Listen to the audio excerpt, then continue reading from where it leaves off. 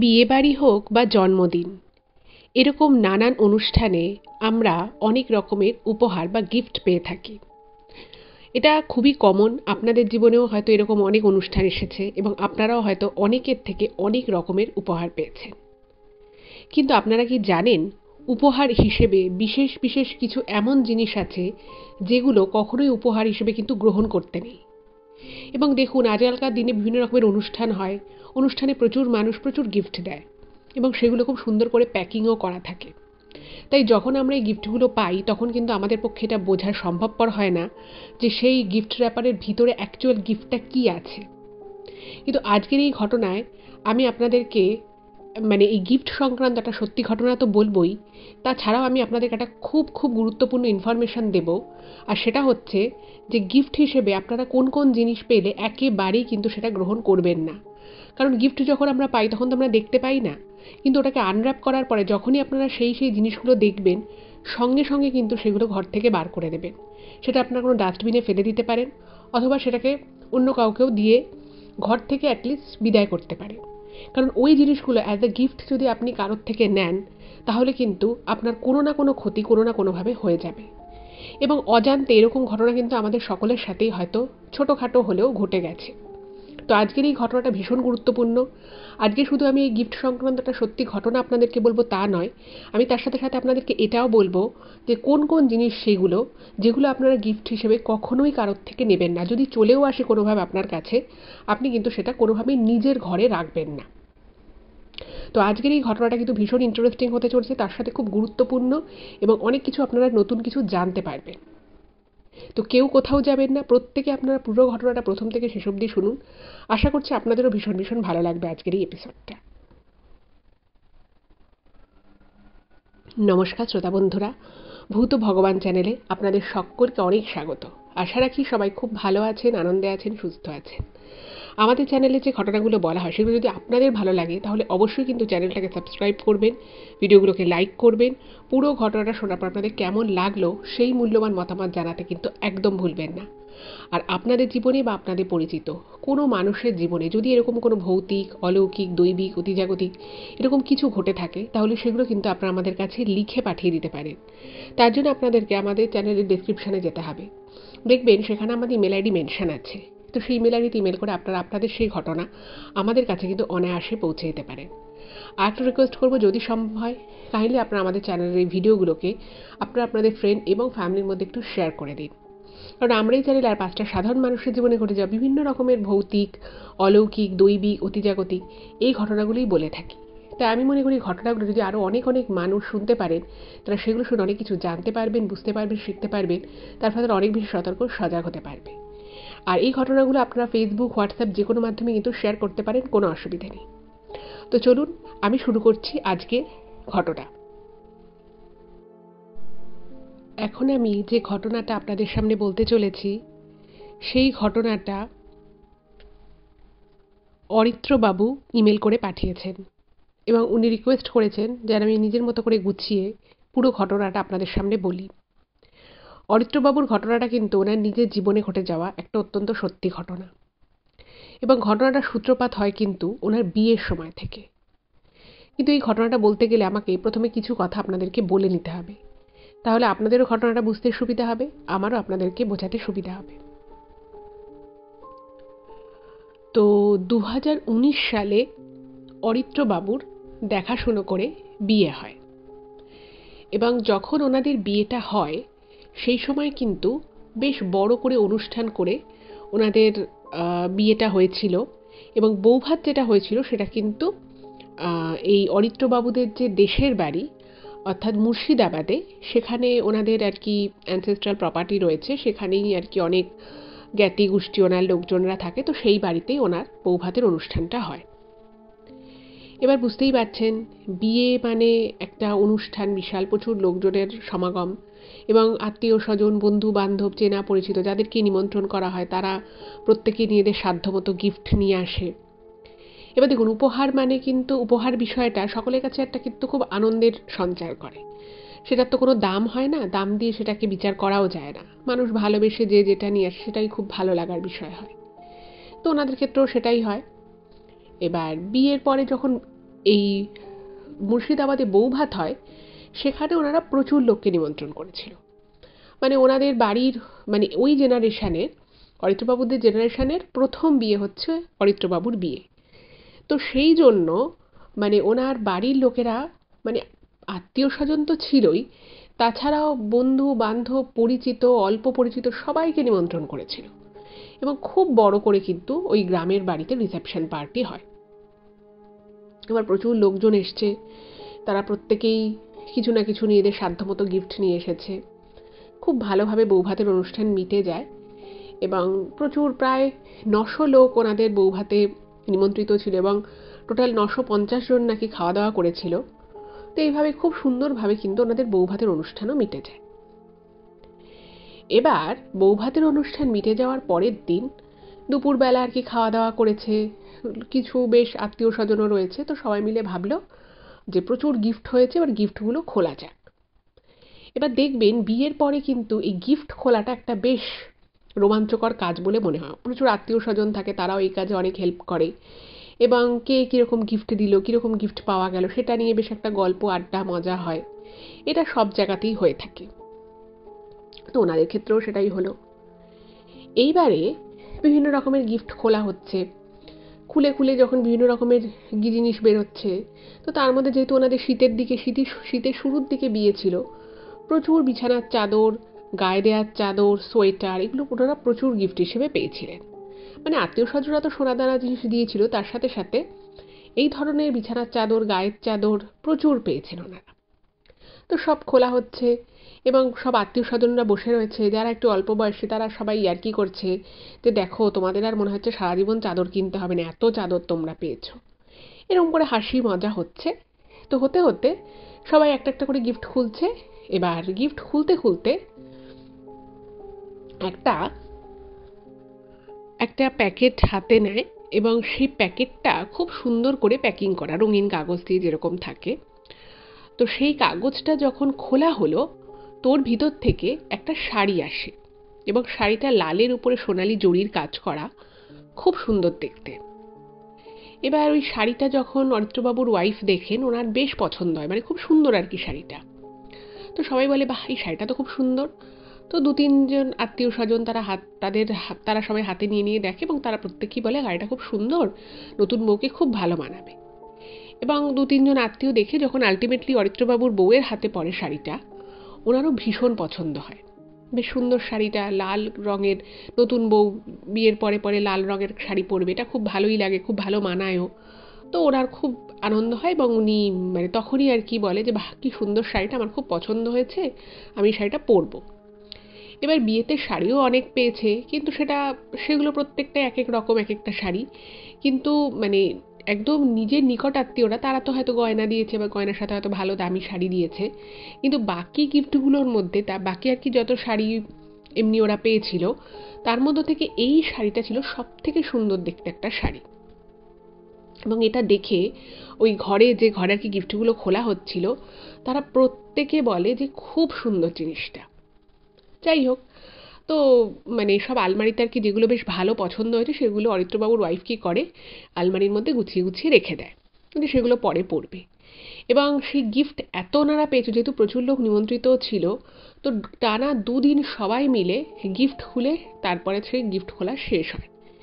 এবং সেই গিফটের মধ্যে বিভিন্ন রকমের জিনিস ওরা পায়, এবং মানে এই যে বাকি যে জিনিসগুলো যে পেয়েছিল, সেগুলো সবাই যে যার মতো রেখে দেয়, এবং কিছু কিছু গিফট অরিত্রবাবু এবং ওনার ওয়াইফ তারা অনেককে মানে আত্মীয় স্বজনদেরকে দিয়েও দেয়, যে তোমাদের ভালো লাগলে তোমরা নিয়ে নাও। প্রচুর মানে বিছানার চাদর পেয়েছিল, তো অত চাদর দিয়ে কি করবে, তো ওখানে যত আত্মীয় স্বজন ছিল তাদেরকেও বলেছে তোমরা এগুলো কিছু কিছু করে নিয়ে যাও। তো কিছু আত্মীয়রা নেয়নি, কিছু আত্মীয় নিয়েছে। যাই হোক, তো এইভাবে বিয়ে পর্বটা খুব ভালোভাবে কেটে যায়, এবং সমস্ত তারপর আত্মীয় স্বজন বৌভাতে 2-3 দিনের মধ্যে যে যার বাড়ি চলে যায়। এইবার শুরু হলো অরিত্রবাবু এবং ওনার ওয়াইফের দাম্পত্য জীবন। এবার বিয়ে খুব ভালোভাবে মিটেছে, চেনা পরিচিত করে মানে সম্বন্ধ দেখে বিয়ে হলেও একে অপরকে খুব ভালো মতো মানে কথাবার্তা বলেছে ওনারা, বিয়ের আগে একে অপরকে জেনেছে বুঝেছে। তো ওনাদের জীবন কিন্তু মোটামুটি ভালোভাবেই শুরু হলো বিয়ের পরে। এবার এই অবধি কিন্তু সবকিছু খুব স্বাভাবিকভাবেই চলছিল।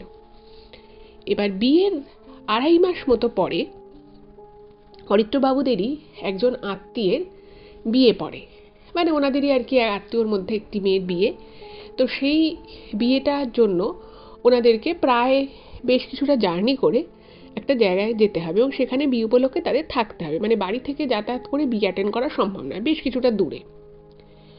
এবার অরিত্রবাবু এবং ওনার ওয়াইফের তো বেশ আনন্দ, কারণ বিয়ের পরে ওনারা প্রথম কোনো বিয়ে বাড়ি যাবে। তো অরিত্রবাবুর ওয়াইফ কী করেছে, একটা স্যুটকেসের মধ্যে মানে যা যা আর কি বিয়ের বিভিন্ন অকেশনের দিন সকালে দুপুরে রাতে যেরকম যেরকম সাজগোজ করবে, তো সেরকম ওয়াইজ আর কি শাড়ি, ড্রেস, অন্যান্য গয়না গাটি সব সাজিয়ে নিয়েছে। এবং এর সাথে ওই যে লাল শাড়িটা, যে শাড়িটা গিফটে বেশ পছন্দ হয়েছিল, লাল শাড়ির উপরে সোনালি জরির কাজ করা, তো সেই শাড়িটাও কিন্তু উনি স্যুটকেসের মধ্যে নিয়ে নেয়। যে বিয়েতে যাচ্ছে, বিয়ে মানে ওনাদের নিজেদের বিবাহের পরে প্রথম কোনো অনুষ্ঠান, তো সেখানে গিয়ে বেশ সাজগোজ করবে, তো সেই একটা মনে আনন্দ, এবং শাড়িটা যেহেতু ওনার খুব পছন্দের ছিল, তো উনি ওই শাড়িটাও প্যাকিং করে নিয়ে নেন। এবার নির্দিষ্ট দিনে ওনারা বাড়ি থেকে বেরিয়ে যান, পুরো পরিবার ওই আত্মীয়ের বাড়িতে উপস্থিত হন ওই বিয়েটা উপলক্ষে। এবার অরিত্রবাবু এবং ওনার ওয়াইফ সেই বিয়ে বাড়িতে গিয়ে তো বেশ আনন্দ মজা করেন, এবং ওই বিয়ে উপলক্ষে ওনারা 3-4 দিনের জন্যই সেই বাড়িতে গেছিল, সে আত্মীয়র বাড়িতে। এবং সেখানে গিয়ে ওনার স্ত্রী বিয়েবাড়িরই ওই 3-4 দিনের মধ্যে একদিন উনি কী করেন, সকালের একটা কোনো অনুষ্ঠানে উনি ভাবলেন যে বেশ সাজগোজ করবেন, তো সেই সাজগোজ উপলক্ষে উনি নিজের স্যুটকেসটা খুলেছেন যে সেখান থেকে কোনো পছন্দসই শাড়ি পরবেন।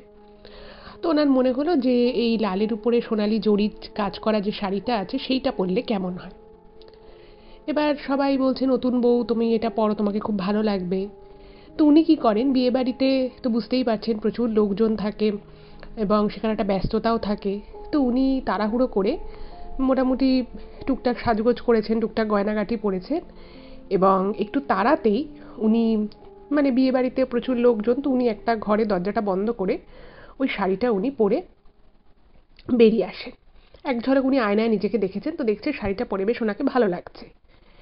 তো উনি শাড়িটা পরে রেডি হয়ে বেরিয়েছেন, তো তখন অরিত্রবাবুকে সামনে দেখে ওনার স্ত্রী বলছে, আচ্ছা আমি শাড়িটা পরেছি, আমাকে কেমন লাগছে? তো উনি বলেছেন, হ্যাঁ খুব ভালো লাগছে তোমাকে।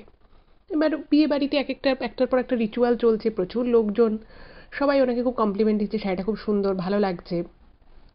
এবার বিষয় হচ্ছে যে শাড়িটা যখন ওনার স্ত্রী পরেছিলেন, উনি যেটা জানিয়েছেন ইমেলে, যে উনি একটু তাড়াহুড়োর মধ্যে ছিলেন, যেহেতু বিয়েবাড়ির একটা ব্যস্ত বাড়ি, সেখানে তো আর ঘন্টার পর ঘন্টা ভালো করে নিজের বাড়ির মতো করে দরজা বন্ধ করে দুভাবে সাজার সময় হয় না।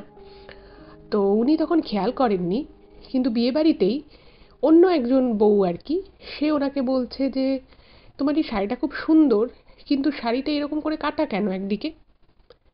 এবার যখন ওনাকে বলেছে ওনার স্ত্রীকে আর কি, অরিত্রবাবুর স্ত্রীকে, যে শাড়িটা একদিকে কাটা কেন, উনি না অবাক হয়ে যান। উনি ভাবছেন যে শাড়ি কাটা সেটা কি করে সম্ভব, মানে এই হয়তো উনি আধা ঘন্টা থেকে 40 মিনিট হয়েছেন উনি একটা নতুন শাড়ি স্যুটকেস থেকে নিয়ে ভেঙে পড়েছেন, এবং ওই শাড়িটা উনি সেই যে বৌভাতের যে গিফটগুলো খোলা হচ্ছিল সে খুলে যে উনি আলমারিতে রেখে দিয়েছিলেন, তারপরে কিন্তু ওই শাড়িটা ওই তারপরে 2-2.5 মাসে উনি আর খোলেনি, মানে বাড়ি করতে হয়নি, এই জাস্ট বিয়ে উপলক্ষে উনি স্যুটকেসে করে শাড়িটা নিয়ে এসেছিল।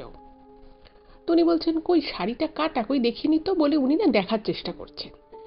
তো দেখছে যে আঁচলের দিকে সত্যি একটা জায়গায় 3 কোনা করে শাড়িটা একটু কাটা রয়েছে, এবং শাড়িটার নিচের দিকে মানে যেখানটা আর কি কুঁচির দিকটা পড়েছে সেইখানে কিছু কিছু ভাঁজ রয়েছে, যে ভাঁজগুলো কিন্তু মানে শাড়িটা যেভাবে ভাঁজ হয়ে এসেছিল গিফট হিসেবে সেই সময়কার ভাঁজ নয়।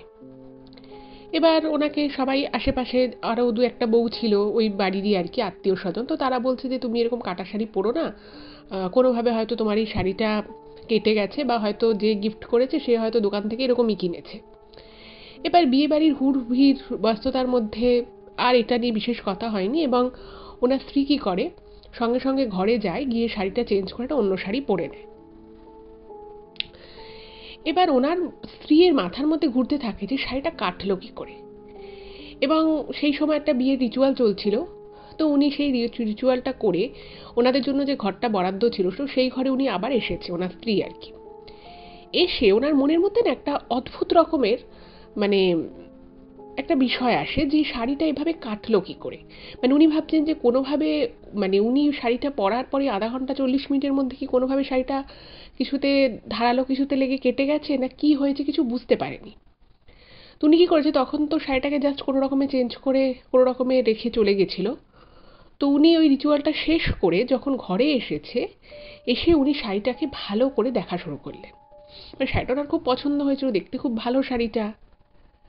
এবারে উনি প্রথমেই কাটা জায়গাটা ভালো করে দেখছেন এবং উনি স্পষ্ট বুঝতে পারলেন যে এই যে শাড়িটা কাটা রয়েছে এটা কোনো কিছুতে মানে ধাক্কা লেগে বা শাড়ির অনেক সময় কী হয় কোনো ধারালো জায়গায় লেগে যায়, কোনো কাঁটা তারের মতো কোনো জায়গায় বা কিছুতে খোঁচা লেগে ছিঁড়ে যাওয়ার একটা যে সম্ভাবনা থাকে, এই কাঁটাটা কিন্তু সেরকমভাবে কোথাও কাটেনি। কারণ ওভাবে যদি মানে কোনো কিছুতে লেগে ছিঁড়ে যায় তাহলে তার সুতো অনেক সময় কিন্তু বেরিয়ে আসে, সেটা হবেই যদি কোনো কিছুতে চিড়ে যায় শাড়ি। তো উনি দেখছেন না, এটা পুরো শার্প কাটা, কেউ মানে কাঁচি দিয়ে যে কেটেছে সেটা বোঝা যাচ্ছে। এবং শাড়িটাকে উনি পরার সময় অতটা ভালো করে খেয়াল করেননি, কিন্তু পরে যখন এখন উনি এসে শাড়িটাকে একটুখানি ভালো করে নেড়েচেড়ে উনি যখন দেখছেন, উনি বুঝতে পারলেন শাড়িটার ভিতর থেকে, মানে শাড়িটাকে যখন উনি একটু নাকের কাছে নেন, ওনার হালকা রকমের একটা ন্যাপথালিনের গন্ধ কিন্তু উনি পান। এবার উনি বুঝতেই পারেন যে নতুন শাড়ি থেকে কখনো ন্যাপথালিনের গন্ধ বেরোতে পারে না। আর শাড়িটাও যেভাবে ভাঁজ করা অবস্থায় উনি গিফটে পেয়েছিলেন, উনি সেই ভাঁজটা খুলেই শাড়িটা পরেছিলেন। কিন্তু উনি শাড়িটাকে যখন একটু ভালো করে খেয়াল করলেন, উনি স্পষ্ট বুঝতে পারছেন যে শাড়িটার নিচের দিকে হালকা হালকা একটা ভাঁজ রয়েছে। মানে এর আগে শাড়িটাকে কেউ বহুদিন আলমারিতে রেখে দিয়েছিল এবং সেই শাড়িটা অন্যরকমভাবে ভাঁজ হয়েছিল এবং সেই ভাঁজটাকে যে শাড়িটা ওনাকে দিয়েছে সে অন্যরকমভাবে প্যাকিং করেছিল, অন্যরকমভাবে এটাকে ভাঁজ করেছিল ঠিকই, কিন্তু পুরনো ভাঁজটা কোথাও কোথাও এখনও ওই মানে ক্লিপগুলো বোঝা যাচ্ছে। তখন উনি বুঝতে পারলেন যে শাড়িটা গিফট করেছিল সে কিন্তু নতুন শাড়ি গিফট করেনি, একটা পুরনো শাড়ি ছিল এবং শাড়িটার আঁচলের দিকে খুব সামান্য, খুব বেশি নয় বাট সামান্য অংশ কিন্তু ত্রিকোণ করে কাটা রয়েছে। তো এটা যখন উনি বুঝতে পারে যে শাড়িটা ওনাকে যে গিফট করেছিল সে একটা পুরনো ব্যবহৃত শাড়ি গিফট করেছে এবং তার উপরে তার আঁচলটা ভাবে কাটা আছে, ওনার না ভীষণ খারাপ লাগে যে একটা মানুষ, মানে এটা হয়তো কোনো আত্মীয় স্বজন কে দিয়েছে সেটা উনি বুঝতে পারেনি, কারণ প্রচুর গিফটে কোনো নাম উল্লেখ ছিল না, ফলে ওনার পক্ষে এটা বোঝা সম্ভবপর হয়নি যে অ্যাকচুয়ালি গিফটটা কে দিয়েছে। কিন্তু যেটা ঘটনা হলো যে ওনার না খুব খারাপ লাগে এবং সঙ্গে সঙ্গে ওনার ওয়াইফ ওনাকে জানায়, অরিত্রবাবুকে জানায় যে এরকম শাড়িটা এরকম আর কি পরা শাড়ি এবং এরকম করে কাটা। তো অরিত্রবাবু ব্যাপারটাকে অতটা সিরিয়াসলি নেন না, উনি বলেন যে ঠিক আছে ছাড়ো, আমাদের ওদিকে মানে এই শাড়িটা কিন্তু উনি বৌভাতে গিফট পেয়েছিলেন, মানে ওনাদের মুর্শিদাবাদের গ্রামের বাড়িতে যে অনুষ্ঠানটা হয়েছিল সেখানেই শাড়িটা উনি গিফট পেয়েছিলেন। তো স্বাভাবিকভাবে উনি বলেন যে দেখো ছেড়ে দাও, গ্রামের দিকের হয়তো কোনো লোকজন এরকমভাবে হয়তো তারা মানে আসতে, মানে নিমন্ত্রণ করেছে আসতে, হয়তো হেজিটেশন পাচ্ছিল, তাদের হয়তো দেওয়ার মতো ক্ষমতা নেই, তাই হয়তো তারা একটা পুরনো শাড়ি দিয়ে দিয়েছে। এবার ওনার স্ত্রীর না ব্যাপারটা খুব বাজে লাগে এবং সত্যি কথা বলতে এটা আমার নিজেরও মনে হয় যে কারোর কোনো অনুষ্ঠানে যেতে, মানে তার হয়তো পয়সা নেই বা সেই সামর্থ্য সেই মুহূর্তে নেই যে কোনো একটা ভালো গিফট কিনে দেবে, আমার মনে হয় বাজার থেকে দুটো ফুলও যদি আপনি হাতে করে নিয়ে যান সেটাও মনে হয় অনেক বেটার হয় এই ধরনের পুরনো জিনিস, নিজের ব্যবহৃত জিনিস বা খারাপ জিনিস মানুষকে গিফট করে দেওয়ার ক্ষেত্রে। তো এটা আমি সত্যি মনে প্রাণে বিশ্বাস করি এবং সবসময় যে আপনাকে কিছু নিয়েই হাতে করে যেতে হবে তারও কিন্তু কোনো মানে নেই। আর যদি একান্তই আপনার টাকা পয়সা না থাকে কিন্তু আপনার মনে খুব ইচ্ছে যে আপনি কিছু একটা অ্যাটলিস্ট হাতে করে নিয়ে যাবেন, তাহলে একটা কিন্তু গাছের চারা নিয়ে যেতে পারেন বা দুটো ফুলও নিয়ে যেতে পারেন। কিন্তু এইভাবে পুরনো জিনিস কাউকে গিফট করে দেওয়া এটা কিন্তু একদমই অনুচিত কাজ। যাই হোক, তো ওনার স্ত্রীর মনটা একটু খারাপ হয়ে যায়। তো যাই হোক, তারপরে আবার বিয়ে বাড়ির হুড় ভিড়ে পুরো ব্যাপারটা মিটে যায় এবং ওই 3-4 দিন মতো ওনারা ওই আত্মীয়ের বাড়িতে বিয়ে উপলক্ষে ছিল এবং তারপরে আবার ওনারা বাড়িতে চলে আসে। এবার এই অবধি যে ব্যাপারটা ছিল সেটা কিন্তু একরকম ছিল, কিন্তু আমি যখন এই ঘটনাটা বলা আপনাদের শুরু করেছিলাম আমি আপনাদেরকে বলেছি এবং আমি এই ঘটনাটা বলার পরে আপনাদের এটাও বলবো যে কি কি জিনিস মানে এটা কিন্তু আমার নিজের কথা নয়, এটা অনেক বড় বড় পণ্ডিত ব্যক্তিরা বলে থাকেন যে কিছু কিছু জিনিস আছে যেগুলো গিফট হিসেবে কখনোই কারোর থেকে নিতে নেই। সেটা নিলে কিন্তু কোনো না কোনো দিক থেকে ছোটোখাটো হলেও কিন্তু আপনার ক্ষতি হতে পারে। সেটা আমি পরে বলছি।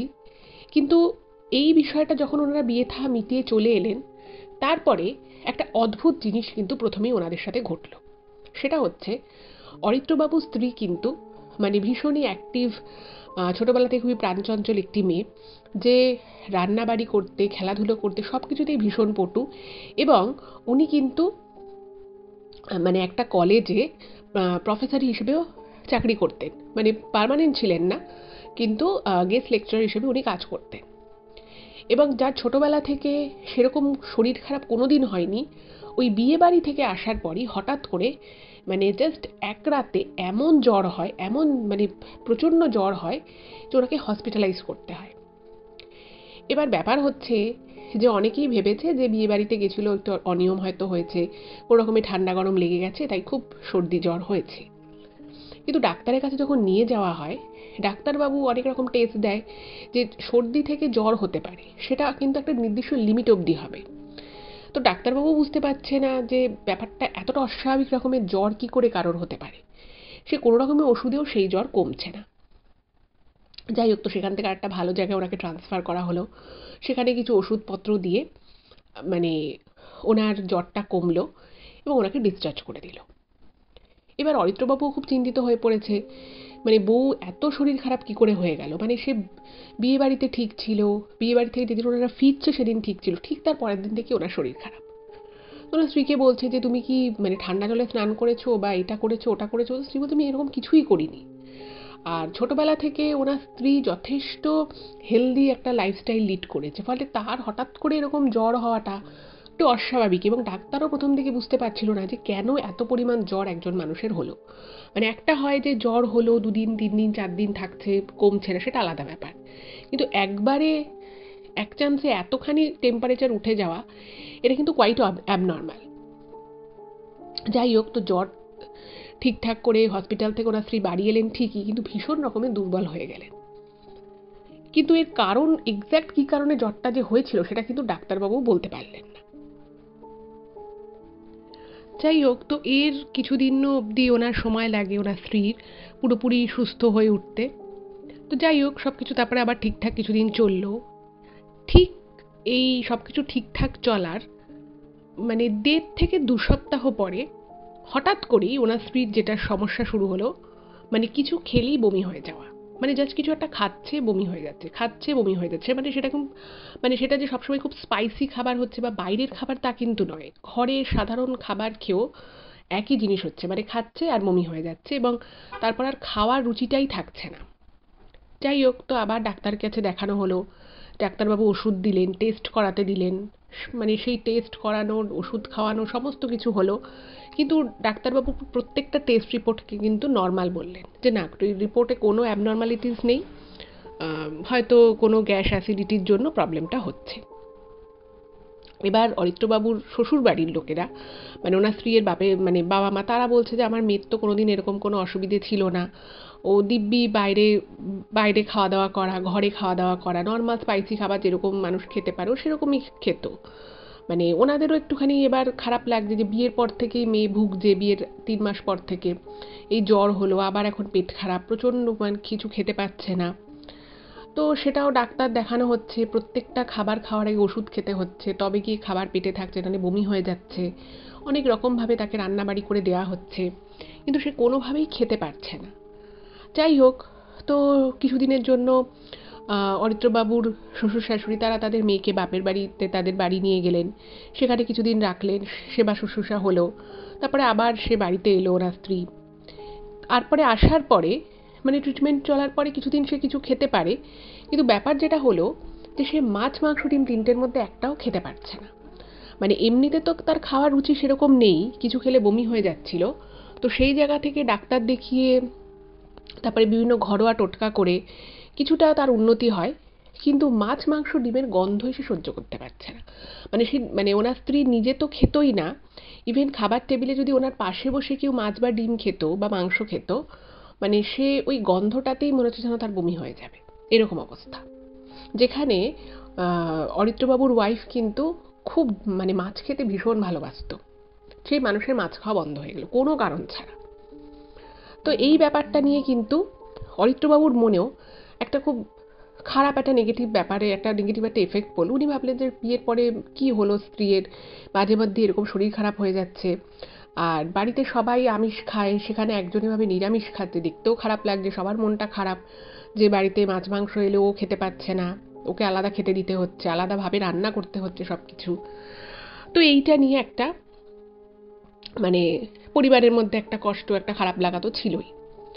যাই হোক, ব্যাপারটা এইভাবে চলছিল।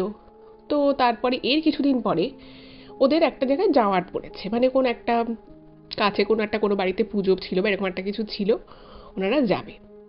তো ওনার স্ত্রীও যাওয়ার কথা। তো ওনার স্ত্রী বললেন যে ঠিক আছে, আমি একটু পরে রেডি হয়ে নিচ্ছি। তো ওনার স্ত্রী রেডি হতে গিয়ে, মানে উনি যখন রেডি হয়ে বেরিয়েছেন, অরিত্রবাবু দেখছে যে ওনার স্ত্রী সেই শাড়িটা, ওই লাল শাড়িতে যেটা সোনালি জরির কাজ করা, সেই শাড়িটা পরেছে। তো অরিত্রবাবুর একটু অবাক লেগেছে যে এ আবার কি, তুমি এত শাড়ি থাকতে বিয়েতে এত এত শাড়ি পেয়েছো তুমি, তোমাকে আমাদের বাড়ি থেকেও মানে উনি নিজেও গিফট করেছেন অনেক ভালো ভালো শাড়ি, তো সেগুলো ছেড়ে তুমি এরকম কাটা শাড়িটা কেন পরলে? সেদিন তোমার মন খারাপ হয়ে গেছিল, তো তুমি এই শাড়িটা কেন পরলে? তো তখন আহ, উনি বলছেন না, আমি এই শাড়িটাই পরবো, আমার এই শাড়িটাই ভালো লেগেছে। তো অরিত্রবাবু ওনাকে ওনার স্ত্রীকে বোঝায় যে দেখো, এই শাড়িটা তো কাটা শাড়ি, আর এভাবে তুমি নতুন বউ, কারণ তখন ওই বিষয়টা যখন ধরা পড়ে তখন কিন্তু ওনার মানে অরিত্রবাবুর যিনি মা ছিলেন তিনিও বলেছিলেন যে দেখো বৌমা, কাটা শাড়ি পরো না, কাটা শাড়ি পরতে নেই। তো সেও তখন কিন্তু সেরকমই সম্মতি দিয়েছিল যে না, আমি এরকম শাড়ি পরবো না। কিন্তু হঠাৎ করে কি এমন হলো যে তাকে ওই শাড়িটাই এত শাড়ি থাকতে পরতে হবে, সেটা কিন্তু কেউ বুঝতে পারলো না। তো ওনার বাড়ির লোক, অরিত্রবাবুর বাড়ির লোক যারা ছিলেন তারাও বললেন যে না বৌমা, তুমি অন্য শাড়ি পরো, এত শাড়ি রয়েছে। তো সে কোনোভাবেই তার জেদ, সে ওই শাড়িটাই পরবে। যাই হোক, তো ভাবলো যে ঠিক আছে, বউ যখন পরেছে, ওর যখন এত ইচ্ছে ওই শাড়িটা পরার, তো ও পরুক। তুমি ওই শাড়িটাই পরলেন এবং পরে সেই অনুষ্ঠানটা অ্যাটেন্ড করলেন। এবার অদ্ভুত বিষয় হলো যে ওই শাড়িটা পরে উনি অনুষ্ঠানটা অ্যাটেন্ড করে যখন বাড়িতে এলেন, বাড়িতে আসার পরে ওনার স্ত্রী না মানে তখন আর কি ভালো রাত হবে, মানে ওনারা ফিরেছেন হয়তো ওই 10:30 11টা। তারপরে এসে ড্রেস ফ্রেস চেঞ্জ করেছেন, চেঞ্জ করে উনি বাথরুমে গেছেন। বাথরুমে গিয়ে তখন প্রায় 11:30টা বেজে গেছে, বাথরুম থেকে আর ওনার স্ত্রী বেরোচ্ছে না। তো অরিত্রবাবু ওয়েট করছে বউ মানে ঘরে আসবে, তো ভাবছে যে এতক্ষণ কেন সময় লাগছে। তো উনি একবার নক করেছে প্রায় 20-25 মিনিট পরে। তো ওনার স্ত্রী বলছে আমি স্নান করছি। তো ভাবলো যে এত রাতে কেন স্নান করছে, আর কোনো ঝড় বৃষ্টি হয়েছে, গায়ে ধুলো কাদা লেগেছে তাও নয়। তো ভেবেছে হয়তো ওর ইচ্ছে হয়েছে তাই স্নান করছে, তো ঠিক আছে, করছে করছে। এবার যে মানুষটা স্নান করতে 10-15 মিনিটের বেশি সময় লাগায় না, সে ওই রাতের বেলা 11:30টা বেজে গেছে, সে 1 ঘন্টা ধরে স্নান করে চলেছে। এবার অরিত্রবাবুর তো খুব অবাক লাগছে যে আবার কি, এই কদিন আগে এরকম জ্বর সর্দি মানে জ্বর হলো, এত ভুগলো, সে রাতের বেলা কেন এতক্ষণ স্নান করছে। তো উনি বাথরুমের বাইরে থেকে নক করে বলছে যে তুমি আর কতক্ষণ স্নান করবে, আর কি এমন হয়েছে যে তুমি রাতের বেলা এতক্ষণ ধরে স্নান করছো, সর্দি লেগে যাবে, তুমি এক্ষুনি বেরিয়ে এসো। তো এরকম বলা ঠলার পরে ওনার স্ত্রী কিছুক্ষণ পরে বেরোয়। তো দেখছে যে ওনার স্ত্রীর মানে হাতগুলো না, মানে হাতের যেটুকু অংশ আর কি দেখা যাচ্ছে, এরকম লাল লাল হয়ে গেছে। তো মানে অরিত্রবাবু দেখে বলছে তোমার হাতে কি হয়েছে? তখন বলছে যে দেখো না, মানে শাড়িটা মানে খুললাম, খুলে এসে ঘরে বসলাম, তারপরে এই শরীরটা কিরকম কুটকুট করছিল, কিরকম একটা লাগছিল, তাই ভাবলাম কি একটু স্নান করলে ভালো লাগবে। তো আমি স্নান করতে ঢুকেছি, এবং স্নান করছে আর যত মানে জল পড়ছে গায়ে, আমার মনে হচ্ছে না গাটা পুরো জ্বালা জ্বালা করছে। তো সেই জন্য আমার মানে শাওয়ার থেকে মানে বেরোতেই ইচ্ছে করছিল না, তুমি এত ডাকাডাকি করলে তাই আমি বেরোলাম। তো অরিত্রবাবু যেটা ইমেলে লিখেছেন যে ওনার স্ত্রীর হাতে না পুরো দাগড়া দাগড়া হয়ে গেছে। তো বলছে কি হয়েছে তোমার, তোমার মানে কিছু কি লেগেছে, মানে মনে হচ্ছে যেন কোনো অ্যালার্জি হলে যেরকম হয় সেরকম। তো ওনাদের ঘরে তো ওরকম স্পেসিফিক অ্যালার্জির কোনো মেডিসিন ছিল না, এমনি একটা নর্মাল অ্যান্টিসেপটিক স্কিন ক্রিম ছিল, তো সেটাই উনি লাগিয়ে দেয় ওনার স্ত্রীকে। তো সে সারা রাত মনে হচ্ছে যেন জ্বালা করছে, কখনো মনে হচ্ছে চুল করছে, মানে একটা অদ্ভুত মানে বিকট পরিস্থিতি। এবার অরিত্রবাবু না একটু রেগে গেছে। উনি বলছেন যে কেন তুমি ওই শাড়িটা পরতে গেলে বলো তো, তুমি তো বুঝতেই পারছো শাড়িটা কাটা একদিকে, তার মধ্যে কেউ এর আগে পরেছে, তুমি নিজেই বলছিলে আগের দিন যে ওটা একটা ভাঁজ রয়েছে, কেন তুমি শাড়িটা পরতে গেলে? তো উনি বলছেন যে না, আমার খুব শাড়িটা পরতে ইচ্ছে হলো, আমি আলমারি খুললাম কিন্তু আমার মনে হচ্ছিল যেন ওই শাড়িটাই পরি। তখন উনি বলছেন যে দেখো, এই শাড়িটাকে না তুমি আর আলমারিতে রেখো না, শাড়িটার গায়ে নিশ্চয়ই কিছু একটা লেগেছিল, সেটার জন্যই কিন্তু তোমার স্কিনে রিয়াকশান হয়ে গেছে। তুমি ওই শাড়িটাকে আর অন্য শাড়ির সাথে রেখো না, তুমি ওই শাড়িটাকে ফেলে দাও। তো উনি, ওনার স্ত্রী বললেন হ্যাঁ আমি কালকে সকালেই শাড়িটা ফেলে দেবো। যাই হোক, তো ওই রকম রাতের বেলা ওই মলম ঠলম, যেহেতু ওই মলমটা খুব ভালো একটা স্কিন ক্রিম ছিল, তো সেটা দেওয়ার ফলে ওনার স্ত্রীর একটু রিলিফ হয় এবং আলটিমেটলি ওনারা দুজনেই ঘুমিয়ে পড়েন, অনেক রাত হয়ে যায় ঘুমোতে। তো সকালবেলা যখন উঠেছে তখন ওই জ্বালাটা ভাব একটু কম, কিন্তু ওই মানে দাগড়া দাগড়া ব্যাপারটা অতটা না থাকলেও হাতে কিন্তু বেশ লাল লাল ছোপ ছোপ দাগ হয়ে গেছে। এবার কেন ওটা হলো, কি জন্য হলো, কিছু লাগলো কি না, কিছুই কিন্তু বোঝা গেল না। এবার সকালবেলা উঠে অরিত্রবাবু সে তো নিজের কাজে বেরিয়ে গেছেন। এবার ওনার স্ত্রীর সেদিনকে কোনো ক্লাস ছিল না, তো উনি বাড়িতেই ছিলেন। এবার সেই দিন উনি ভাবছেন যে ব্যাপারটা হলোটা কি। কালকে মানে একটা কোনো কিছু যখন আমাদের গায়ে ফট করে লাগে আমরা কিন্তু বুঝতে পারি, একটা সেন্সেশন হয়।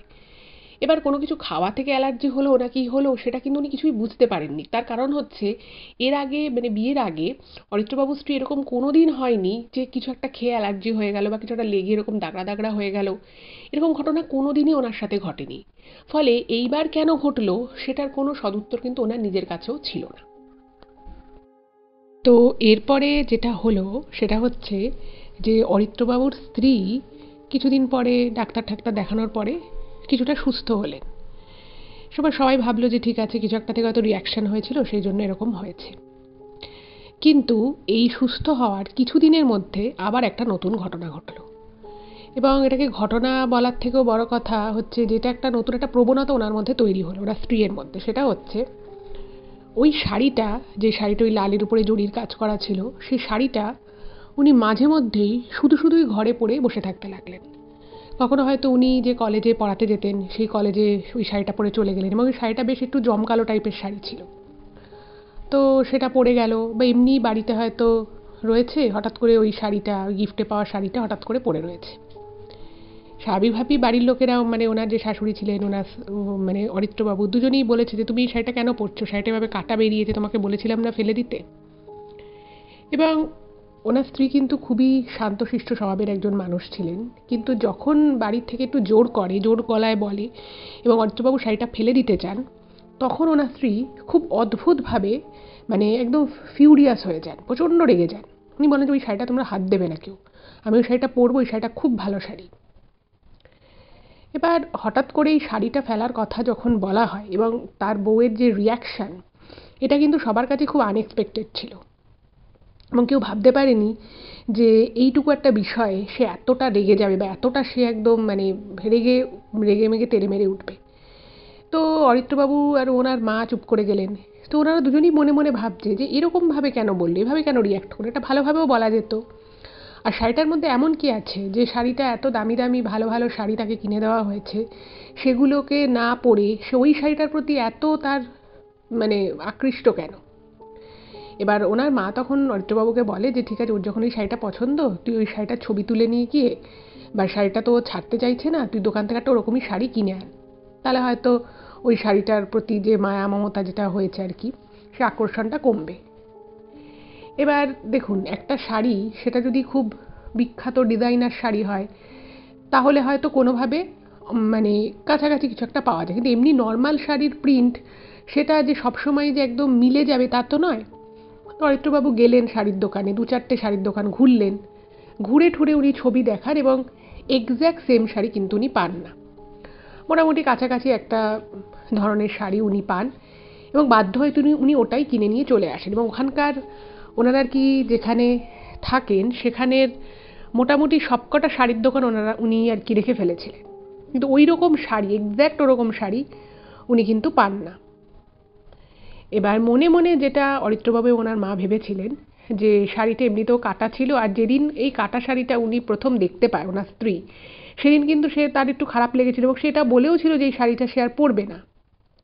কিন্তু হঠাৎ করে ওই শাড়িটার প্রতি এমন কি ভালোবাসা জন্মে গেল যে শাড়িটা মাঝে মধ্যেই সে পরছে, এবং অদ্ভুত বিষয় হচ্ছে যে যত দিন যেতে লাগলো অরিত্রবাবুর স্ত্রী কিন্তু মাঝে মধ্যেই বড় ছোট রোগে ভুগতে লাগলো। এবং এদিকে অরিত্রবাবুর যে শ্বশুরবাড়ির লোক, ওনার বউয়ের বাবা মা, তারা কিন্তু মাঝে মধ্যেই আসতো এসে মেয়েকে দেখতে, এবং তারা যথেষ্ট তাদের খারাপ লাগতো। এবং একদিন তারা সরাসরি এসে বলেই দেয় যে তাদের মেয়ের কোনো অসুবিধে ছিল না, বিয়ের আগে কোনো অসুস্থতা ছিল না, বিয়ের পর থেকেই যত অসুস্থতা শুরু হয়েছে।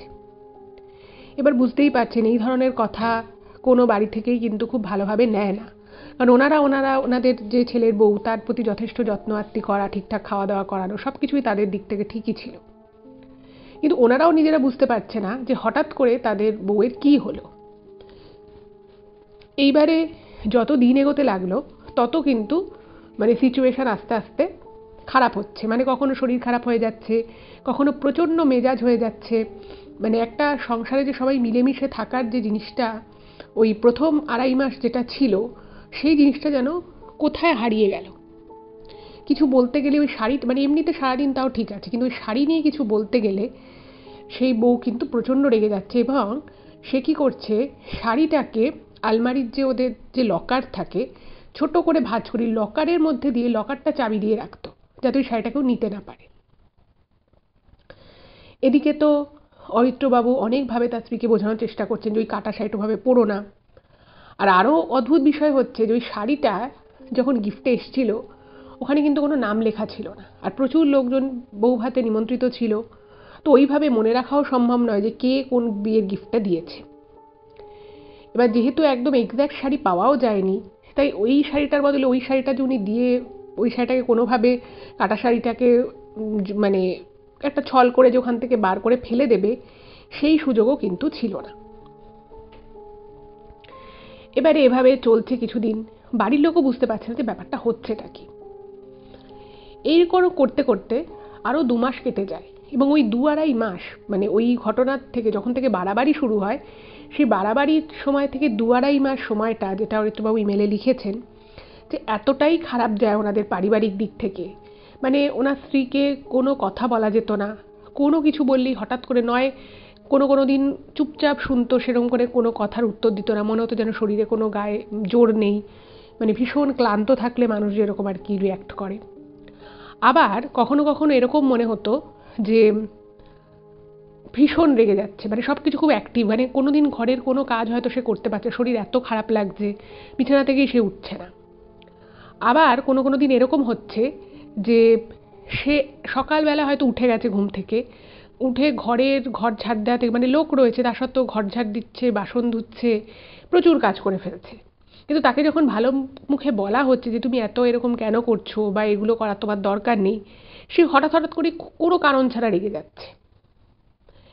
এবার বুঝতেই পারছেন এরকম বিষয় যখন দীর্ঘদিন ধরে চলতে থাকে, সকলেরই মনে কিন্তু একটা প্রশ্ন জাগে যে তাহলে কি মেয়েটির কোনো মানসিক সমস্যা আছে, বা আগে থেকেই হয়তো ছিল, এরকম কি কোনো ব্যাপার। এবার বিষয় হচ্ছে যে এই কথাগুলো মনে হয়তো অনেকেরই আসে, কিন্তু সবাই তো আর ফট করে ভাবে বলতে পারে না, কারণ বিষয়টা বললেও খারাপ দেখায়। আর ওনার স্ত্রী যথেষ্ট শিক্ষিত একজন ব্যক্তি, তো তার যদি কোনো সুবিধা অসুবিধে থাকে সেটা নিয়ে সে নিজেও কথা বলতেই পারে যে হ্যাঁ আমার একটা সমস্যা হচ্ছে বা কিছু। কিন্তু দেখা যাচ্ছে এরকম কোনো ক্লু কোথাও থেকে পাওয়া যাচ্ছে না। মাঝখানে তাকে তার বাবা মা, আর কি ওনার বউয়ের বাবা মা, তাদের নিজেদের বাড়ি নিয়ে যায়। সবাই ভেবেছিল যে সেখানে গিয়ে হয়তো থাকলে তার একটু সুবিধে হবে, এই অসুবিধেগুলো হয়তো কেটে যাবে। কিন্তু সেখানে গিয়েও যে খুব ভালো যে সময় তারা কাটিয়েছে, বা খুব ভালো করে যে ওখানে তার স্ত্রী ছিল, সেরকম কিন্তু কোনো প্রমাণ ওনারা পায়নি। এবার এভাবে যখন চলছে, তো তখন অরিত্রবাবুর বাড়ি থেকে বলল যে তাহলে ওকে একটা কোনো কাউন্সিলরের কাছে নিয়ে গিয়ে ওনারা ভাবছে যে একটুখানি কাউন্সিলিং করাবে, যে কী সমস্যা। বারবার তাকে জিজ্ঞেস করা হচ্ছে, সে কোনো সমস্যার কথা বলতে পারছে না, কিন্তু সে স্বাভাবিকভাবে সংসারও করতে পারছে না। এইরকমভাবে কিছুদিন চলল, কিন্তু কোনো কাউন্সিলরের কাছে যাওয়া হলো, সাইকিয়াট্রিস্টের কাছে যাওয়া হলো, কিন্তু কোনো দিক থেকে কিন্তু কোনো সমাধান এলো না। এবং ওনার মা এবং অরিত্রবাবু দুজনেরই কিন্তু মনে একটা প্রশ্ন বারবার প্রথম থেকে খটকা লাগে, যে কেন সমস্ত কিছু ছেড়ে ওই শাড়িটার প্রতি কেন তার স্ত্রীর এত ঝোঁক। এবং ওই শাড়িটা এক্স্যাক্ট পাওয়া যায়নি বলে ওর থেকে অনেক বেশি ভালো দামি, ভালো ডিজাইনের, ভালো কোয়ালিটির শাড়ি কিন্তু ওনার বাড়ি থেকে মানে অরিত্রবাবুর ওনার মা দুজনে কিনে বউকে গিফট করে যে ওই শাড়িগুলো পেলে হয়তো ব্যাপারটা মিটে যাবে, কিন্তু আদতে সেরকম কিছুই হলো না। উল্টে ওই শাড়িগুলো দেখে সে মানে একদম শাড়িগুলোকে এবারে প্রায়লে ছুঁড়ে ছুঁড়ে ফেলে দেয়, এরকম টাইপের তার রিয়াকশন।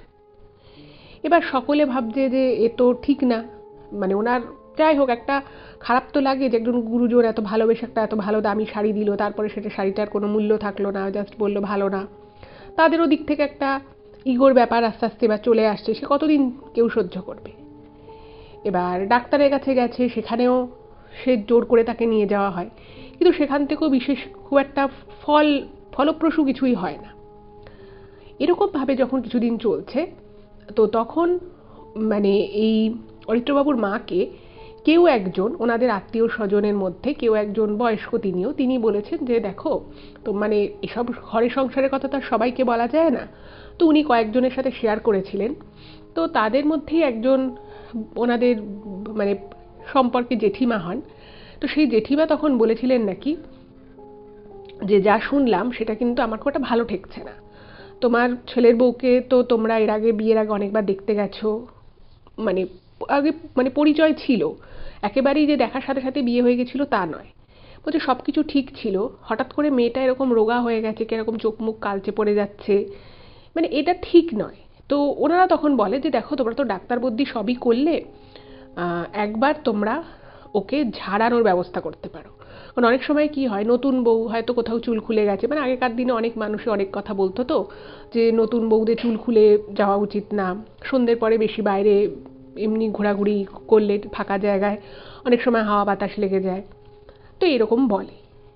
এবার যেটা অরিত্রবাবু ইমেলে মেনশন করেছেন, উনি বা ওনার বাড়ির লোক মানে খুবই আর কি একটা কালচারাল দিক থেকে খুব রিচ, এডুকেশনাল দিক থেকে রিচ, ওনার মাও যথেষ্ট পড়াশুনো করতেন, সব কিছু আর কি মানে খুব কালচারাল আর কি, আর সবাই যুক্তিযুক্ত কথা, র্যাশনাল থিঙ্কিং সবাই করে।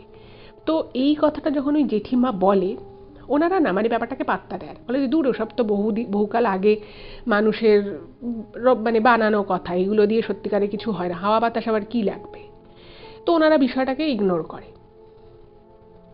এবার ঘটনা হচ্ছে যেটা অরিত্রবাবুর মা অরিত্রবাবুকে ঘটনাটা বলেও ছিল, এবং তখন উনি বলে যে দূর তুমি আবার এই সমস্ত কী ভাবছো, হয়তো হতে পারে যে নতুন বিয়ে হয়ে এসেছে, নতুন জায়গা, সব কিছু নতুন নতুন, ওর হয়তো কোনো অসুবিধে হচ্ছে অ্যাডজাস্ট করতে, কিছুদিন তাও হয়তো ঠিক হয়ে যাবে, আর মাঝখানেও শরীরটাও খারাপ হয়েছে 2-3 বার, তো হয়তো সব কিছু মিলিয়ে ও খুব স্ট্রেসড আউট হয়ে আছে। তো সেই অপেক্ষা করে আরও 3 মাস কেটে যায়, এবং এই 3 মাসে মানে একেবারে অসহ্য হয়ে গেছিল মানে ওনার বউয়ের ব্যবহার সবার প্রতি, মানে সবাই হয়তো মুখে কেউ কিছু বলছে না, কিন্তু অদ্ভুত অদ্ভুত মানে খাওয়া দাওয়া করতে বসেছে সবার সাথে, সে হয়তো ঠিকঠাক রান্নাবাড়ি হয়েছে, সুন্দর করে রান্না করা হয়েছে, সে কিছুটা খেয়ে সে মাছ মাংস হয়তো পাতে নিয়েছে, নিয়ে বলছে আমি খাবো না, বলে সে উঠে চলে গেল। এবার বাকিদেরও খারাপ লাগছে, পরিবারের বাকি লোকজন, এবার ওদের এর মধ্যে আবার ওনাদের বাড়িতে কিছু আত্মীয় স্বজন এসেছিল, তো সবার সাথে বসে গল্প হচ্ছে, তার মাঝখানে সে হয়তো এমন কোনো কথা বলে দিচ্ছে, বা খেতে বসে ওরকম খাবার ফেলে খাবার এঁটো করে না খেয়ে সেই খাবার ফেলে দিতে হচ্ছে, চলে যাচ্ছে বউ উঠে। এই সমস্ত বিষয় নিয়ে কিন্তু মানে সবাই একদম বীতশ্রদ্ধ হয়ে উঠছে আস্তে আস্তে, এবং যখন তাকে বারবার অরিত্রবাবু জিজ্ঞেস করছে যে তোমার কী সমস্যা হচ্ছে, তুমি যদি সমস্যাটা না বলো তাহলে তো আমরা বুঝতে পারবো না, কিন্তু সমস্যা মানে বলার জন্য যে মন মানসিকতা দরকার, যে মন খুলে কথা বলার দরকার, সেই রকম কমিউনিকেশন কিন্তু ওনার স্ত্রী করছিল না, যার জন্য যেটা হলো উনি কিন্তু মানে কিছুই কি করবে কিছু বুঝতে পারছে না।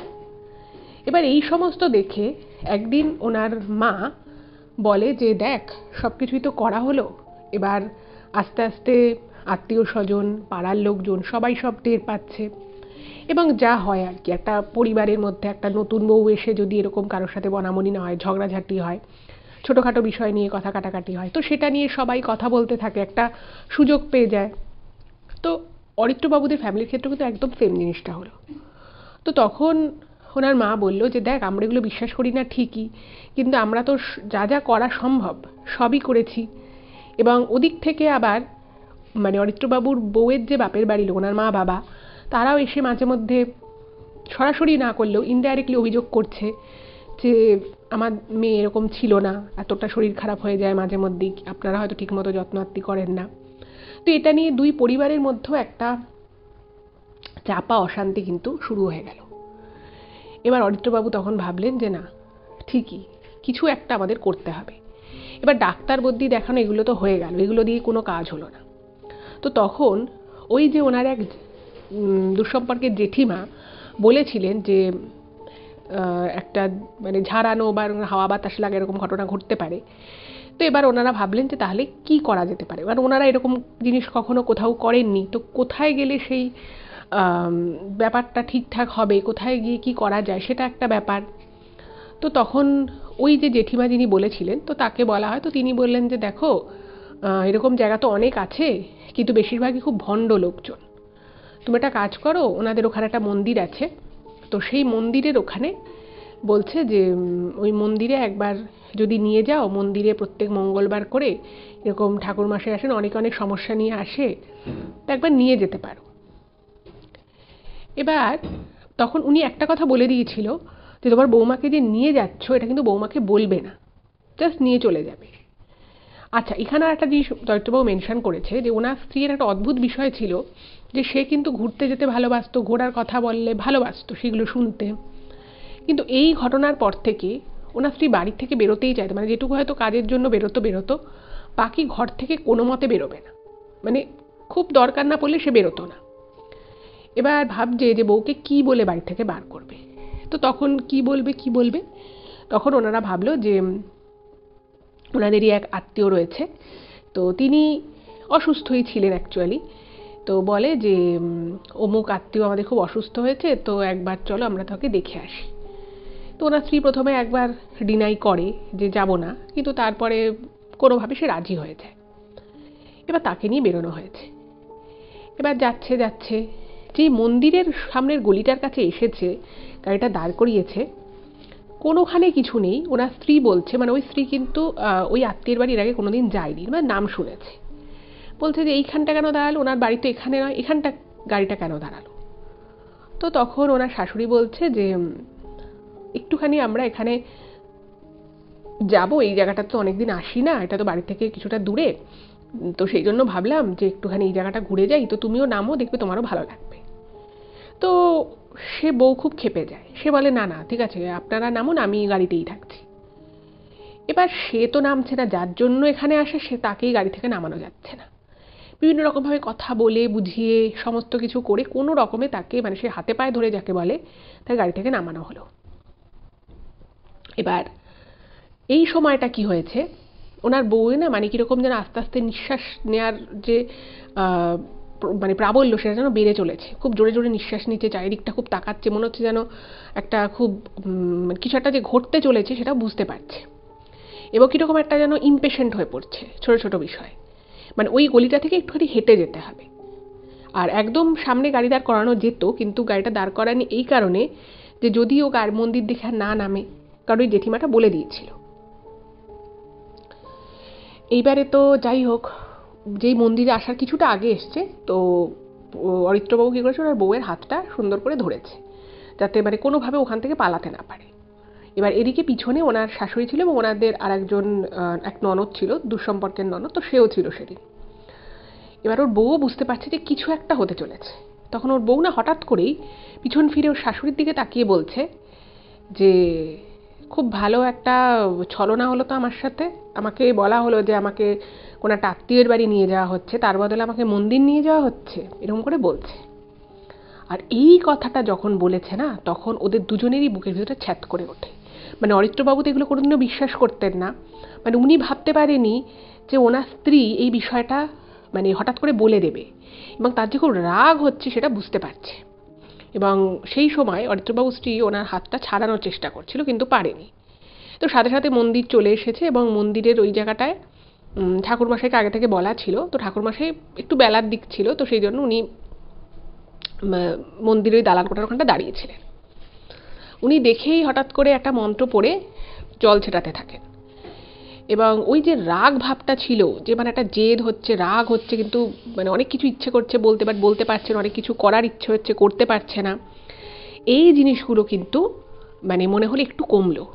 তখন ওকে বলছে, মানে সঙ্গে সঙ্গে বলছে, ওটা একটা মায়ের মন্দির, তো বলছে যে ওকে এখানে বসা, তোমরা একটু দূরে থাকো। তো তখন অরিত্রবাবু বলছে যে ওকে যদি আমি এখানে শুধু শুধু বসাই তাহলে কিন্তু উঠে চলে যাবে। তখন ঠাকুরমশাই বলছে যে এখানে তো মা রয়েছেন, তুমি ছেড়ে দাও, মায়ের উপরে ব্যাপারটা ছেড়ে দাও, ওকে ও এখানে বসুক, তোমরা একটু দূরে বসো। আর ওখানে আরও দু একজন মন্দিরে তারা এসেছিলেন, তো তারাও ছিলেন। এবার ওইখানটা বসার পরে না, মানে ওই যে বললাম যে এক এক সময় ওনার স্ত্রীর এনার্জির খুব চেঞ্জ হতো, এক এক সময় খুব এনার্জি থাকতো শরীরে, এক এক সময় একদম পুরো কোনো মানে মনে হচ্ছে কোনো এনার্জি নেই, কোনো গায়ে জোরই নেই, সেরকম একটা কন্ডিশন হয়ে যেত, ওরকম একদম সেম হয়েছে। এইবারে যেটা হলো, ওই ঠাকুরমশাই বলছে যে কি রে, ওই শাড়িটা কি তোরা এনেছিস? এবার ওই শাড়ির নামটা শুনে হঠাৎ করেই না, মানে ওই ওনার স্ত্রী বলছে, কোন শাড়ি, কোন শাড়ি? ওই ওই ওই শাড়িটা, ওই লাল শাড়িটা, ওই শাড়িটা তোমরা কেড়ে নেবে, ওই শাড়িটা মানে আমি আর পরতে পারবো না, এরকম করে বারবার বারবার বলছে এবং সবার মুখের দিকে তাকাচ্ছে। তো তখন ঠাকুরমশাই বলছে যে ওই শাড়িটা তো তোরই, ওই শাড়িটা তুইই পরবি, ওই শাড়িটা তোর থেকে কেউ নিয়ে নিচ্ছে না, কিন্তু আমি জিজ্ঞেস করছি শাড়িটা কি আনা হয়েছে? তো তখন সবাই ওরা না বলছে। এবার ঘটনা যেটা ঘটেছে, তখন উনি বললেন যে তুই চুপ করে বস, মানে ওনার স্ত্রীকে বলছে তুই চুপ করে বস। এবার ওই মায়ের আরতি করার যে যে ওই ঘিয়ের প্রদীপ দিয়ে যে মায়ের আরতি হয়, সেই প্রদীপটা নিয়ে এসছে। প্রদীপটা নিয়ে এসে ওনার স্ত্রীর হাতের সামনে দিয়ে বলছে যে মায়ের আরতিটা মাথায় ঠেকা।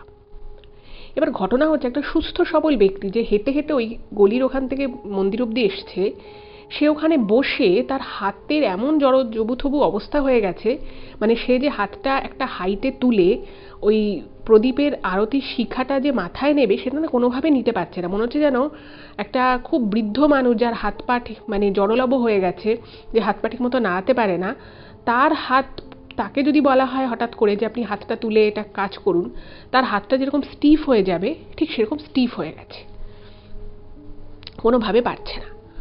তো তখন ঠাকুরমশাই বলল ঠিক আছে বুঝেছি, বলে উনি ওই প্রদীপটাকে ওখানে রাখলেন এবং মায়ের নাম নিয়ে মায়ের কাছে আর কি প্রার্থনা করলেন কিছুটা, তারপরে মন্ত্রতন্ত্র বলেন এবং তারপরে বলছে যে, মানে ওনার স্ত্রীকে বলছে যে এই আরতি তোকে নিজেকেই নিতে হবে, নিজের হাতেই তুই এই আরতি নিবি, যাই হয়ে যাক এই আরতি তুই নিতে পারবি। এবার বারবার আর কি মন্ত্র বলছে, তাকে একটা সামনে প্রসাদ দিয়েছে, একটা মায়ের প্রসাদ আর কি, প্যারা প্রসাদ দিয়েছে। তো সে মানে চেষ্টা করছে, মানে বোঝা যাচ্ছে তার খুব কষ্ট হচ্ছে, মুখ চোখ লাল হয়ে যাচ্ছে, কিন্তু সে হাত নাড়াতে পারছে না। এবার অরিত্রবাবু বা ওরা মা বলছে তাহলে আমরা ওকে খাইয়ে দিই বা আমরা ওর মাথায় দিয়ে দিই। ঠাকুরমশাই বলছে না, এটা তোমরা দিলে হবে, এটা নিজেকেই নিতে হবে। তো যাই হোক, অনেক কষ্ট করে ওই মানে মন্ত্র বলছে, আর ওখানে আশেপাশে না মানে বেশ কিছু লোকজন দাঁড়িয়ে গেছে, ব্যাপারটা দেখে অবাক লাগছে যে একটা জোয়ান মেয়ে, সে কেন পারছে না। তো তখন না উনি বারবার মন্ত্র পড়ছে এবং ওনার মাথার উপরে আর কি ওই ঠাকুরের ফুলের কিছুটা পাপড়ি পাপড়ি ছড়িয়ে দিচ্ছে, আর বারবার ঠাকুরমশাই বলছে যে তুই নিজে হাতে ওই মায়ের আরতিটা নে। সে কোনোভাবে সে নিতে পারছে না, এরকম করে প্রায় 15 থেকে 25 মিনিট কেটে যায়, কিছুতেই নিতে, মানে ও চেষ্টা করছে, হাত উঠছেই না, মনে হচ্ছে যেন ওনার হাতে কোনো একটা বিশাল ব্যায়াম হয়েছে বা কিছু একটা। এরকম করে যখন অনেক হয়েছে, যখন মানে একদম খুব ক্লান্ত হয়ে গেছে ওনার স্ত্রী, কিন্তু তবুও হাত ওঠাতে পারছে না, তখন ঠাকুরমশাই মানে একটা খুব মানে মন্ত্র আর কি খুব জোরে জোরে বলতে থাকে এবং বলার পরে উনি বলে যে এবার তুই চেষ্টা কর, এবার তুই পারবি, দেখ এবার যদি তুই না পারিস তাহলে আর কিছু করার নেই। এবং তখন শুধু ঠাকুরমশাই নয়, এই অরিত্রবাবু, ওনার মা, সবাই বলছে তুমি চেষ্টা করো। তো তারপরে যখন উনি অনেক কষ্ট করে ওনার স্ত্রী হাতটা ওই যে মুহূর্তে মায়ের ওই ঘিয়ের প্রদীপের যে শিখা তার সামনে রেখে দিয়ে মাথায় ঠেকিয়েছে, সে না মানে উনি যেটা ইমেলে লিখেছেন যে সেই সময় যে চোখমুখ হয়ে গেছিল ওনার স্ত্রীর, দেখে বোঝা যাচ্ছিল যে সে খুব খুব কষ্টে রয়েছে, মানে তার একটা খুব কষ্ট ছিল যে ভিতরে, মনে হচ্ছে না একটা খুব কষ্ট বা একটা খুব ব্যথা থেকে মানুষ যদি একটা সাডেন রিলিফ পায়, তার একটা যেরকম আর কি চোখমুখের অবস্থা হবে, একদম এক্স্যাক্ট মনে হলো যেন সেটা হলো। এবং এরপরেও একটা মানে দুটো দীর্ঘ নিঃশ্বাস ফেলে এবং চোখটা আর খুলতে পারছে না, কিন্তু তাও কষ্ট করে ঠাকুরমশাই তুই এই প্রসাদটা এবার খা। তো উনি কী করেছে, প্রসাদটাকে নিয়ে মুখে দিয়েছে এবং মুখে দেওয়ার পরেই বলছে আবার গলা শুকিয়ে গেছে, একটু জল দাও। তো ঠাকুরমশাই তারপরে একটা ঘটি থেকে জল দেয় এবং তারপরে না মানে ওনার মনে হলো যেন মানে পুরো স্থির দৃষ্টিতে ওনার স্ত্রী তখন মায়ের দিকে তাকিয়ে রয়েছে। এবার তখন ঠাকুরমশাই বলল যে সব বিপদ বাধা কেটে গেছে। এবার বাকিরা বুঝতে পারছে না যে অ্যাকচুয়ালি সমস্যাটা হয়েছিল কোথায়। শাড়িটার কথা বা সব কিছু আগে থেকে বলা হয়েছিল, কিন্তু সমস্যাটা যে আদৌ কোথায় হয়েছিল বা ওনার স্ত্রীর এক্স্যাক্ট কী ঘটনা ঘটেছিল, কী সমস্যাটা ছিল, সেটা কিন্তু কিছু বোঝা গেল না। তো সবাই ঠাকুরমশাইকে জিজ্ঞেস করেছে, মানে তখন তারপরে উনি একটুখানি ঝিমিয়ে মতো বলেছে ওখানেই মায়ের কাছে যতক্ষণ পারে ও বসে থাকুক। তো তখন উনি সমস্ত জিনিসপত্রগুলো, মায়ের আরতির ওই প্রদীপ টদীপ সব জিনিসপত্র সরিয়ে দিলেন মায়ের কাছে। তো তখন অরিত্রবাবুর মা বলছে যে আচ্ছা কী হয়েছিল ঠাকুরমশাই, কী ব্যাপার, আপনি কিছু বলুন। তখন উনি বলছে যে মায়ের অনেক কৃপা ছিল, তাই একবারে হয়ে গেল। তখন বলছে কী হয়েছিল? তখন উনি বললেন যে আপনারা কি জানেন ওই শাড়িটা কে দিয়েছিল? বলছে না, আমরা জানি না, এভাবে জানা তো সম্ভব নয়। বলছে হ্যাঁ। তখন উনি বলছে যে শাড়িটা আপনাদেরই পরিচিত কেউ তো দিয়েছে, সেটা তো অবশ্যই, কারণ বিয়েতে আত্মীয় পরিজন পরিচিতদেরকেই নিমন্ত্রণ করা হয়। তো যে শাড়িটা দিয়েছে সে কিন্তু এই শাড়িটা, প্রথম কথা হচ্ছে শাড়িটা পুরনো শাড়ি, নতুন শাড়ি দেয়নি সে। আর ওই যে শাড়িটা দিয়েছিল, শাড়িটা একটা জায়গায় অল্প করে কাটা ছিল এবং এই শাড়িটা যে ব্যবহার করত সে হয়তো হয়তো নয় মানে উনি একদম প্রায় শিওরই যে সে এখন বেঁচে নেই। এবং সেই মানুষটা যে এই শাড়িটা ব্যবহার করত, কোনো একজন বাজে মানুষ, সে হয়তো ওই শাড়িটা যাচ্ছিল তার উপরে কোনো মানে কালো বিদ্যা বা কালো ক্রিয়া আদি করেছিল ক্ষতি করার উদ্দেশ্যে, অবশ্যই ভালোর জন্য নয়, ক্ষতির উদ্দেশ্যে। এবং সেই জন্য ওই শাড়ির পাটটা কেটে মানে বান মারা বলুন বা এরকম একটা কোনো কালো বিদ্যা জাতীয় কিছু করা হয়।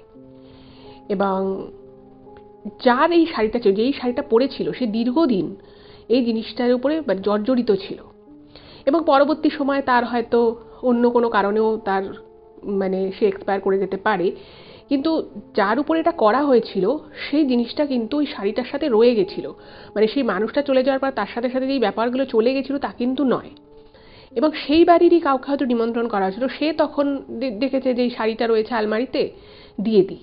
তো সে তখন ওই শাড়িটাকে, যেহেতু খুব একটা পুরনো হয়নি শাড়িটা, সেটাকে নতুন করে ভাঁজ করে গিফটের সাথে দিয়ে দিয়েছিল। এবং এই জন্যই মানে বলা হয় যে কারোর ব্যবহৃত জিনিস এরকম মানে আপনি জানেন না জিনিসটা কার ছিল, কে ব্যবহার করেছিল, সেটা এতটাই মারাত্মক হতে পারে অন্য কারোর পক্ষে সেই জিনিসটা ব্যবহারের উদ্দেশ্যে। আর তার সাথে যে দিয়েছিল তারও মন মানসিকতা এতটাই নিচু ছিল যে সে কি করে ভাবলো যে একজন যে আর এই পৃথিবীতে নেই তার একটা জিনিস এভাবে দিয়ে দেওয়া, এবং তাও এইভাবে। এবং যে দেখবেন প্রত্যেকটা মানুষেরই প্রত্যেকটা ব্যবহৃত জিনিসের সাথে একটা এনার্জি যুক্ত থাকে, তাই না? তো সেই এনার্জিটা কিন্তু যে মানুষটার এনার্জিটা মানে যে জিনিসটা দেয়া হচ্ছে তার এনার্জিটা কিন্তু অন্য যে মানুষটা সেটা ব্যবহার করছে তার সাথে কিন্তু ট্রান্সফার হয়ে যায়। তো এই বিষয়টাই কিন্তু ওনার সাথে হয়েছিল। এবং ওই যে কালো বিদ্যাটা যে করা হয়েছিল, যার উপরে করা হয়েছিল, সে তো আর এখন নেই, কিন্তু ওই শাড়িটার সাথে সেই জিনিসটার এনার্জিটা, সেই ক্ষমতাটা কিন্তু রয়ে গেছিল। উনি যেহেতু ওই শাড়িটা একবার দুবার পরে ফেলেছিলেন, সেই জন্যই কিন্তু ওনার উপরেও এই মারাত্মক প্রভাবটা পড়েছিল। তো তারপরে সেই শাড়িটা ওই ঠাকুরমশাই বললেন যে শাড়িটাকে কিন্তু আপনাদেরকে মানে কোথাও ফেলে দিলে হবে না, এই জিনিসটাকে নষ্ট করতে হবে, মানে পুরো একদম ডিস্ট্রয় করতে হবে। তো বলে যে রবিবার দেখে আপনারা শাড়িটাকে কোনো একটা বাড়িতে নয়, বাড়িতে দূরে একটা কোনো পুড়িয়ে দেবেন। তো সেরকমই করা হয় এবং তারপর থেকে আর কিন্তু কোনো অসুবিধা হয়নি। যে শারীরিক সমস্যাগুলো ছিল, বারবার রোগে রোগে ভুগতে হচ্ছিল ওনার স্ত্রীকে, সেই জিনিসগুলো কিন্তু আস্তে আস্তে সমস্তটা ঠিক হয়ে যায়। এবারে আমি আপনাদেরকে বলেছিলাম যে ঘটনাটা যখন আমি শুরু করেছিলাম যে আপনারা হয়তো অনেকে জানেন না, সেটা হচ্ছে যে গিফট হিসেবে, উপহার হিসেবে কিছু এমন জিনিস আছে যেগুলো কিন্তু কখনোই আপনার অ্যাকসেপ্ট করা উচিত নয়। তা আমি আপনাদেরকে আজকে সেই জিনিসগুলো বলবো, আপনারা প্রত্যেকে মন দিয়ে শুনে নিন।